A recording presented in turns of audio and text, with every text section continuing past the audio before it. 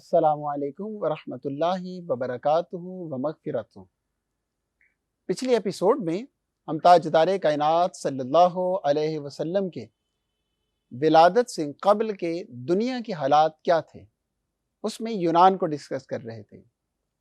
اہل یونان میں سب سے بڑا جو فلسفی ہوا وہ سقراط تھا۔ سقراط کے چند نظریات آپ کی نظر کیے تھے، اب اس میں سے ایک اور نظریہ اور پھر ان کے عقائد کی طرف موو کرتے ہیں۔ ارسطو کا ایک نظریہ یہ بھی تھا، وہ کہتا ہے کہ قانون تمام اہل ملک کے لیے برابر نہیں ہو سکتا، اس کا مساویانہ انطباق ان افراد پر ہوگا جو نسب اور قابلیت کے اعتبار سے برابر ہوں گے۔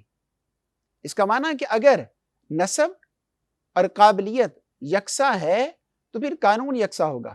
اگر نسب ایک جیسا نہیں ہے، ایک کا نسب اعلیٰ ہے اور ایک کا تھوڑا سا کم ہے، تو اگر کوئی اعلیٰ نسب والا نیچے نسب والے کو قتل کر دیتا ہے، کوئی ایذا دیتا ہے، کوئی تکلیف دیتا ہے، تو پھر بڑے نسب والے کو سزا نہیں دی جائے گی بلکہ اسے چھوڑ دیا جائے گا۔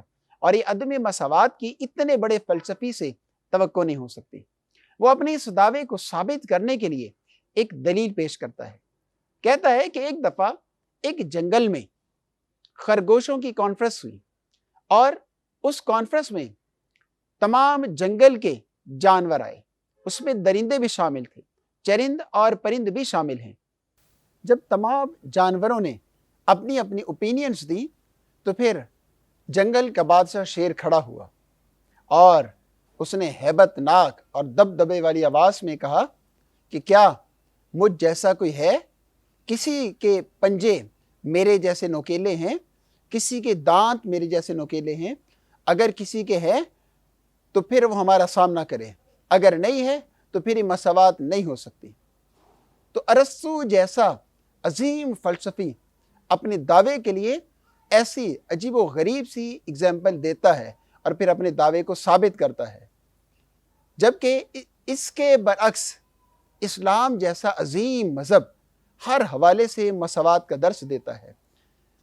اس کے علاوہ اہل یونان کے ایسے عقائد بھی تھے کہ جس میں وہ دیوتاؤں کو پوجتے تھے۔ چند ایک مثالیں میں آپ کے سامنے رکھ۔ ان کے ہاں ایک سمندری دیوتا تھا جس کا نام پوسیڈن تھا۔ سمندر پر کسی ایک دیوتا کا قبضہ تھا، اور جب وہ پانی سے مدد استمداد طلب کرتے تھے تو پوسیڈن سے وہ دعا کیا کرتے تھے، اسی سے مدد طلب کیا کرتے تھے۔ اسی طرز پر اسلحہ سازی کا ان کا ایک دیوتا تھا جس کا نام ہیپا اسٹس تھا۔ پھر سورج کا ایک دیوتا تھا جس کا نام اپولو تھا۔ حکمت کی ایک دیوی تھی جس کا نام اینتھینا تھا۔ اسی طریق پر جنگ کا ایک دیوتا تھا جس کا نام ایرکس تھا۔ محبت کی ایک دیوی تھی جس کا نام ایفروڈائٹ تھا۔ یہ جہاں پر بے شمار مذموم رذائل اس قوم میں تھے، وہاں پر عصمت فروشی بھی عروج پر تھی۔ تاجدار کائنات صلی اللہ علیہ وسلم کی ولادت سے یہ تمام رسومات کا خاتمہ ہوا۔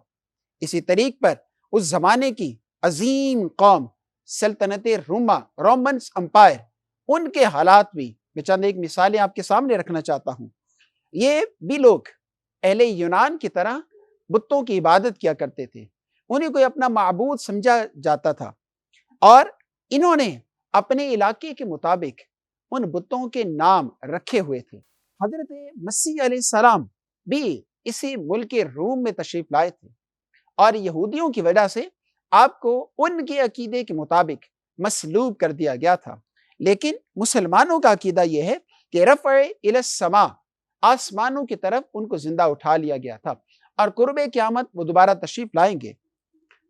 اسی ملک روم کے اندر یہ معاملہ ہوا کرتا تھا کہ جب کسی کو تکلیف دینی ہوتی، کسی کو ایذا رسانی پہنچانی ہوتی، کسی کو کسی جرم میں سزا دینی ہوتی، تو ان کا طریقہ بڑا عجیب تھا اور انسان کی روح تک کانپ جاتی ہے۔ اہل رومن جب کسی کو سزا دیا کرتے تھے تو اس کا طریقہ کار یہ ہوتا تھا کہ نمبر 1، وہ سب سے پہلے اس زندہ آدمی کو شیر کے سامنے ڈلوا دیا کرتے تھے اور وہ زندہ آدمی کو چیخاتا تھا۔ اگر یہ نہیں ہوتا تھا تو پھر شکاری کتے ہوا کرتے تھے، اس زندہ آدمی کو ان شکاری کتوں کے آگے ڈال دیا جاتا تھا، جس کو نوچ نوچ کے کھا لیا کرتے تھے۔ پھر اہل روم کے اندر یہ بھی تھا کہ وہ لوگوں کو صلیبوں پر لٹکا دیا کرتے تھے، سارا دن وہ صلیبوں پر لٹکتے رہتے، شام کو ان زندہ آدمیوں کو جلا دیا جاتا تھا، اور ان کے جلانے سے پھر روشنی ہوا کرتی تھی، اور اس روشنی سے وہ لطف اندوز ہوا کرتے تھے۔ ان کے ہاں ایک یہ بھی سزا ہوا کرتی تھی کہ وہ زندہ آدمی کی کھال کھینچ لیا کرتے تھے۔ اس سے بڑھ کر ان کے ہاں یہ بھی ایک سزا رائج تھی کہ جب حکومت کے خلاف کو سر اٹھاتا تو اس کے جسم کے اندر میخیں ٹھونک دی جاتی تھی۔ اس قدر ظلم والا معاشرہ اہل روما کا تھا، لیکن تاجدار کائنات صلی اللہ علیہ وسلم کی ولادت سے اس معاشرے کو بھی اس زمین میں پنپنے کا موقع ملا ہے، اور یہ وہ عظیم قوم تھی، ان کا المیہ یہ تھا، ان کے عقائد کا عالم یہ تھا۔